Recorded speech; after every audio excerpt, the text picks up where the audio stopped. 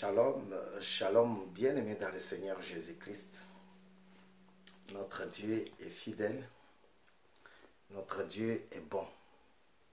Dans sa bonté éternelle, il veut restaurer ta vie familiale.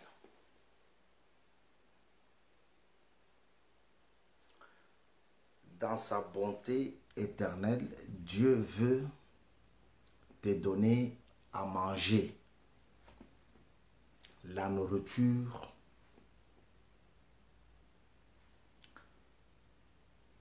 faite à propos.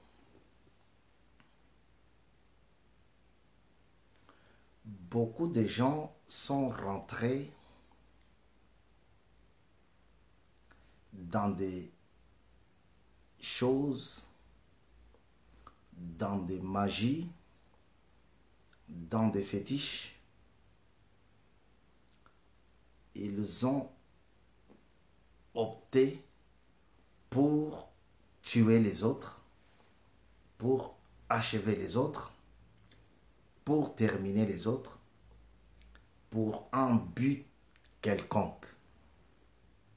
Vous voyez? Alors Dieu vient dans ta vie pour t'apporter à manger. Au lieu que tu étouffes ton frère, que tu étouffes ta soeur, au lieu que tu étouffes les enfants que tu y as mis au monde, Dieu vient dans ta vie pour t'apporter la bonne nourriture.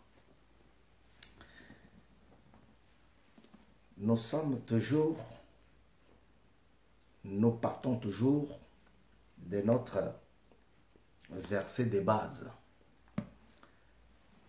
de 2 dans le livre de Néhémie, Néhémie chapitre 2, versets 1 à 3. Avant de vous les lire, je voudrais vous dire que vous êtes sur Mukulu Télévision et que Mukulu Télévision, en tant qu'institution, a besoin de ton abonnement pour son bon fonctionnement. Nous avons besoin de ton abonnement. Alléluia. Vous êtes ici dans votre émission Le parfum de bonne odeur pour Jésus. Le parfum de bonne odeur pour Jésus, parce que Dieu veut que tu dégages une bonne odeur pour son sanctuaire. La magie, comme je le disais tout à l'heure, ne peut rien te donner. La sorcellerie ne peut rien t'apporter.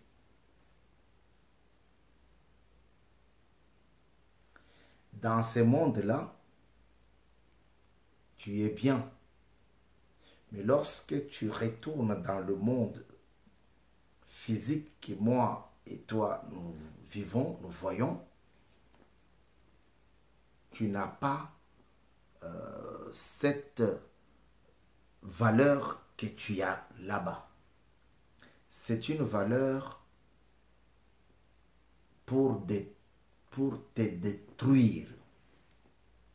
Alléluia. Mais ce n'est pas seulement la magie ou le fétiche ou la sorcellerie ou les sciences occultes qui peuvent t'amener à bouffer l'homme. Il y a aussi des choses de la vie qui peuvent faire de sorte que tu bouffes l'être vivant, l'homme, la personne. Je vais d'abord lire notre verset de base Ensuite, je lirai le verset du jour. La restauration divine. Dieu veut te restaurer. Dieu ne veut pas que tu restes longtemps dans la sorcellerie. Dieu ne veut pas que tu restes longtemps dans la magie. Magie noire, magie blanche. Dieu ne veut pas ça. Puisque tu as de la valeur, puisque tu as été créé pour vivre une vie meilleure, Dieu veut restaurer ta vie en te donnant une bonne nourriture. Alléluia. Nous partons de Néhémie chapitre 2 verset 1 à 3. Au mois de Nisan, la 20e année du règne d'Artaxerxès,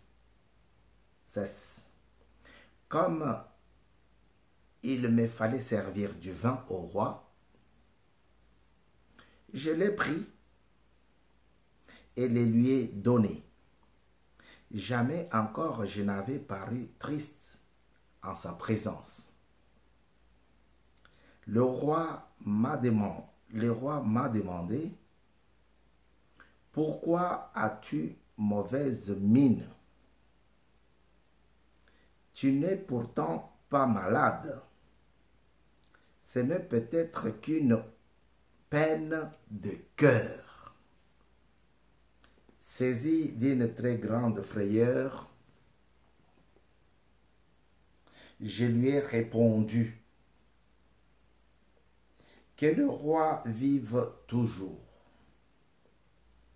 Comment pourrais-je avoir bonne mine lorsque la ville qui abrite les tombeaux de mes ancêtres est en ruine? Comment pourrais-je avoir bonne mine lorsque la ville qui abrite les tombeaux de mes ancêtres est en ruine? Voilà notre sujet, notre verset du jour. Le verset, pas le verset du jour, mais le verset de cet enseignement. Le verset principal. Comment pourrais-je avoir bonne mine alors que la ville qui abrite les tombeaux de mes ancêtres est en ruine? Je ne peux pas être à l'aise. Je ne peux pas rester tranquille alors que la maison de mes parents, la maison de mes ancêtres est en ruine. Alors, je vous invite à la deuxième lecture qui se trouve aussi dans le livre de Rois. Rois chapitre 2. 2 Rois, pardon, chapitre 6. Je commence par verset 24. Je lis au nom du Seigneur Jésus. Après cela, Ben-Hadad, le roi de Syrie, rassembla toute son armée, monta contre Samarie et l'assiégea. Il y eut une grande famine dans la ville.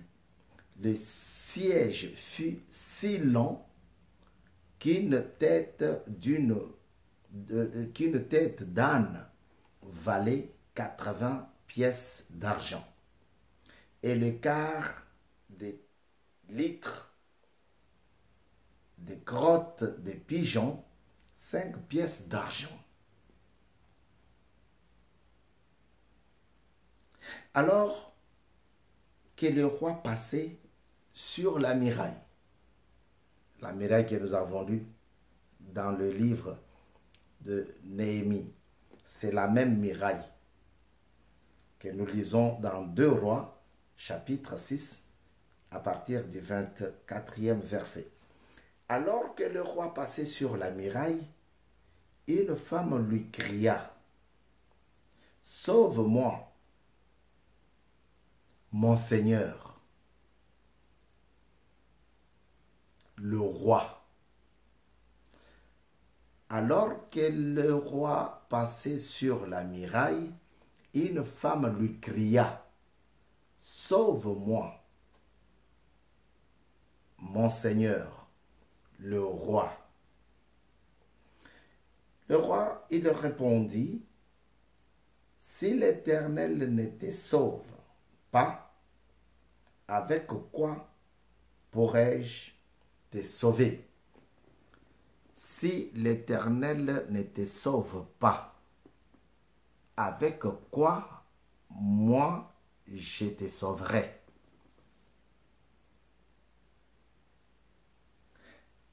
Avec les ressources de l'air, des battages ou du pressoir. Et le roi ajouta, qu'as-tu?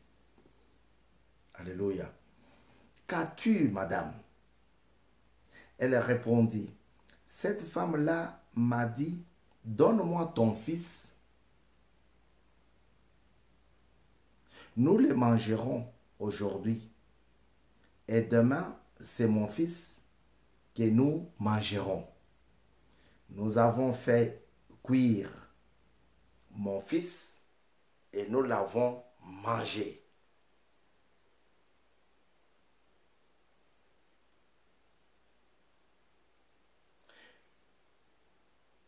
Le lendemain, je lui ai dit, donne-moi ton fils pour que nous le mangions, mais elle l'a caché. Alléluia. Une très très belle histoire que vous pouvez continuer à la maison pour comprendre, pour lire, pour comprendre comment Dieu nous fait grâce. Alléluia. Le pays a été assiégé par le Syrien. C'est une histoire qui revient après que cette même nation ait rencontré la Syrie, ait rencontré le prophète Élisée, pour lequel Élisée avait demandé à ce que Dieu puisse le frapper d'aveuglement. Et Dieu avait frappé d'aveuglement ce peuple de la Syrie. Après un moment, ils sont partis. Ils sont repartis parce que Élisée avait demandé au roi de ne pas les tuer. Et le roi les a servis, il leur a donné à manger. Ils sont partis. Quand ils sont partis, leur roi aussi a demandé encore à ce même peuple de revenir sur Jérusalem. Et ils ont assiégé la ville de Juda, la ville d'Israël, le pays d'Israël. Ils l'ont assiégé tellement que l'esclavagisme, la déportation, tellement que la situation s'est empirée de façon que la nourriture est devenue rare. La vie est devenue chère. Pour une seule tête d'âne, il faudrait débourser 80 pièces d'argent. C'est trop. Alléluia.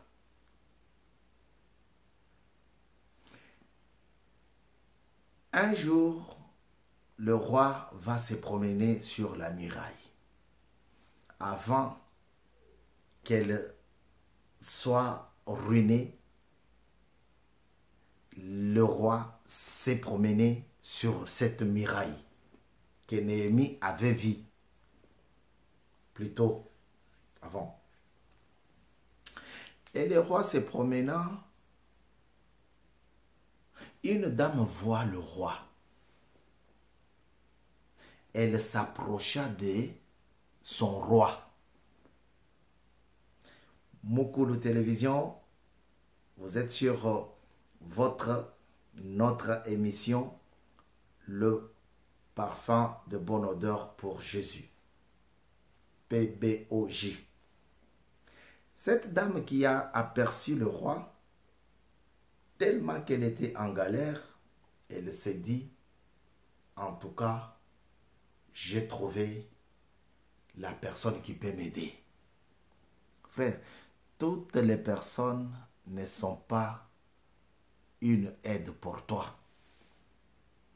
Toutes les personnes ne peuvent pas t'apporter de l'aide. Quel que soit son rang social, elle ne peut pas, la personne ne peut pas t'apporter de l'aide. Cette femme avait déjà mangé son propre fils. Alléluia. À cause de la faim, à cause de la famine, à cause de la misère.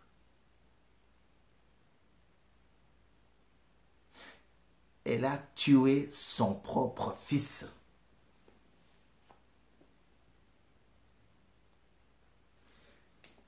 Avec son ami, elles ont mangé le fils. Avec l'idée que le lendemain, mon ami va me donner aussi son fils, nous allons manger. Parce que la vie était devenue dure, difficile. Parce qu'il n'y avait plus de la semoule. Pour nous qui mangeons de la semoule.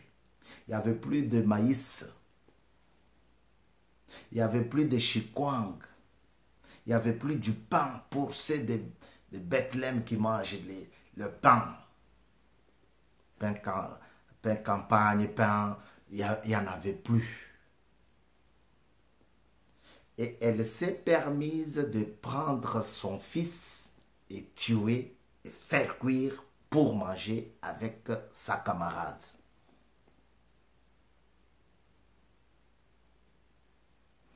Arrivé le lendemain, son ami va cacher son fils. La sorcellerie, c'est un esprit. Lorsque tu es dedans, tu peux tuer ton propre fils. Tu peux tuer ton propre mari.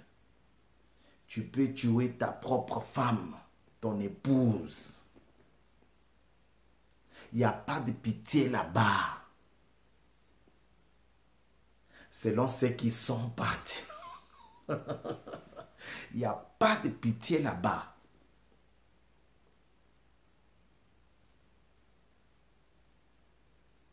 Cette femme n'avait pas de pitié.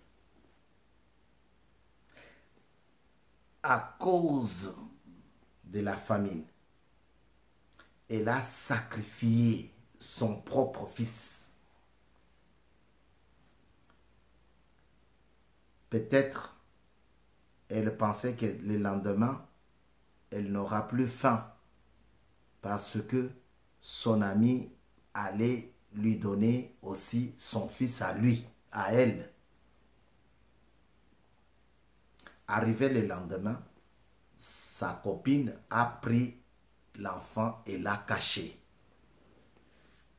Elle n'avait rien à manger. Elle avait déjà tué son propre fils. C'est une femme meurtrière. Dans des sciences ou dans des sectes, on tue les gens. Alléluia. Mais Dieu ne permettra pas que toi, tu puisses tuer des gens et les manger. Cru ou cuit, non. Dieu veut te donner la bonne nourriture. Il dit vers la fin des temps, les gens auront plus soif. Ça sera une soif de la parole de Dieu. Alléluia. Vers la fin des temps, les gens vont manifester une grande soif. Et ça ne sera pas une soif de la bouffe. Manger les haricots mélangés au riz, comme je le faisais quand j'avais encore, à l'âge de l'adolescence, j'allais dans des restaurants, le seul repas qui était là-bas, c'est les haricots et nous on mangeait. Non, ça ne sera pas comme ça. Ça sera une faim. Mais alors, une faim de la parole de Dieu. Cette femme n'avait pas de cerveau. Dans des esprits, dans des sciences qu'on vous apprend à tuer, il n'y a pas de pitié. Voilà pourquoi là-bas, on achève des gens.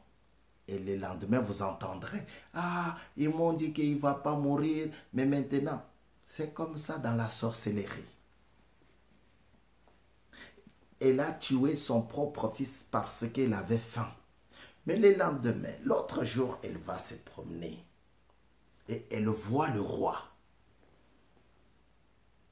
Sur la muraille que Néhémie avait reçue, la nouvelle que cette muraille était en ruine.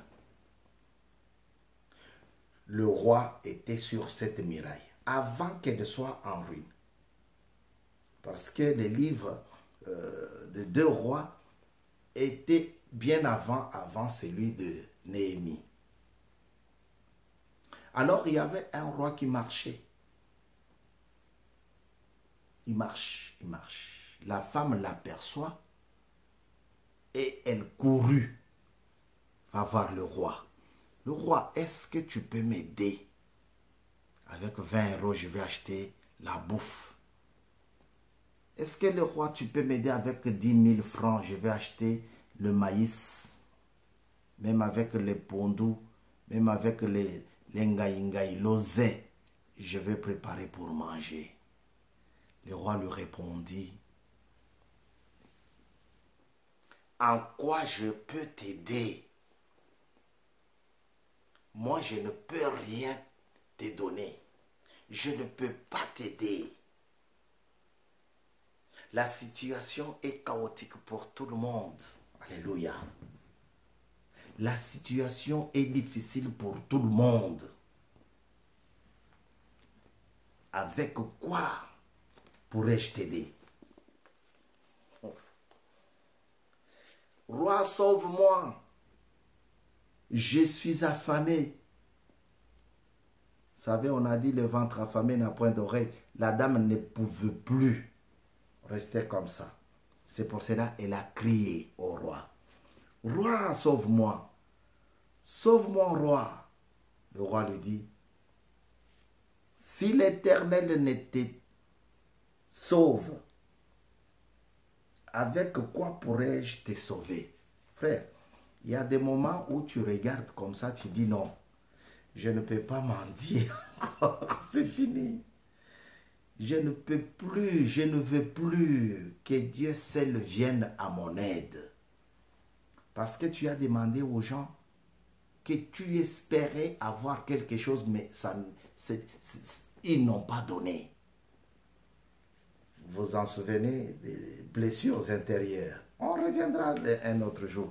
Alors, le roi lui a dit, je ne peux pas t'aider. Si ce n'est pas l'Éternel, confie-toi en Dieu.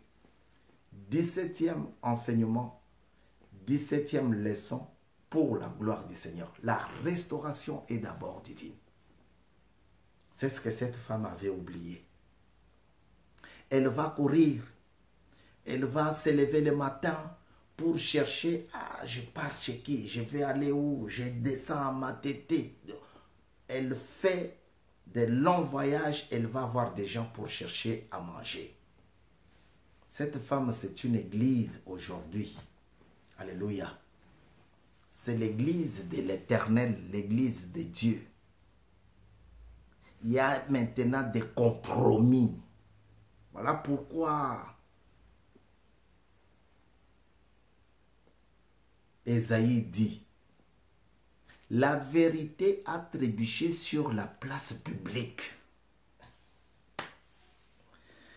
La vérité a trébuché. Même dans la maison, le mensonge a élu asile. Même dans la maison de Dieu.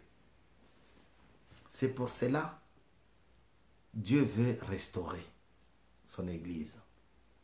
Dieu a restauré la vie de cette femme, tel que le roi lui avait dit. L'autre roi avait dit à Néhémie, je ne te vois pas tranquille. Tu n'as pas une bonne mine. Et il a préparé une bonne enveloppe, lui a remis pour aller construire la muraille de la ville de ses pères. Frère, dans l'ensemble, retiens ceci, parce que le salut est individuel. Retiens ceci. Confie-toi en Dieu. Donne-toi à Dieu de tout ton cœur, de toute ta vie. Fais confiance à Dieu et tu vivras. Confie-toi en Dieu, tu vivras. L'homme restera l'homme, même s'il est roi. Le roi a dit à cette femme, en quoi je pourrais te sauver? Si ce n'est pas Dieu, tu es morte pour la deuxième ou troisième fois. L'autre roi a donné quelque chose afin que Néhémie puisse retourner, quelle que soit la distance, afin que Néhémie puisse retourner chez lui et rebâtir, restaurer, redonner la forme à cette muraille ruinée. Ta famille est en ruine à cause de la faim, à cause de la famine. Ton mariage est en ruine. L'église est en ruine. Les amitiés sont en ruine. Et Dieu veut restaurer ta vie. N'attends plus. Va voir ton Seigneur. Comme cette dame a été voir le roi, pensant qu'elle va avoir la restauration. Mais la restauration vient de l'Éternel des armées. Laisse que Dieu vous bénisse. Nous sommes toujours ici sur YouTube dans votre émission Le parfum de bonne odeur pour Jésus-Christ. Faites votre abonnement sur Mukulu TV ou Mukulu TV. Ensemble, nous allons élever, nous allons adorer le roi qui dure de génération en génération. Que la gloire de Dieu soit sur toi.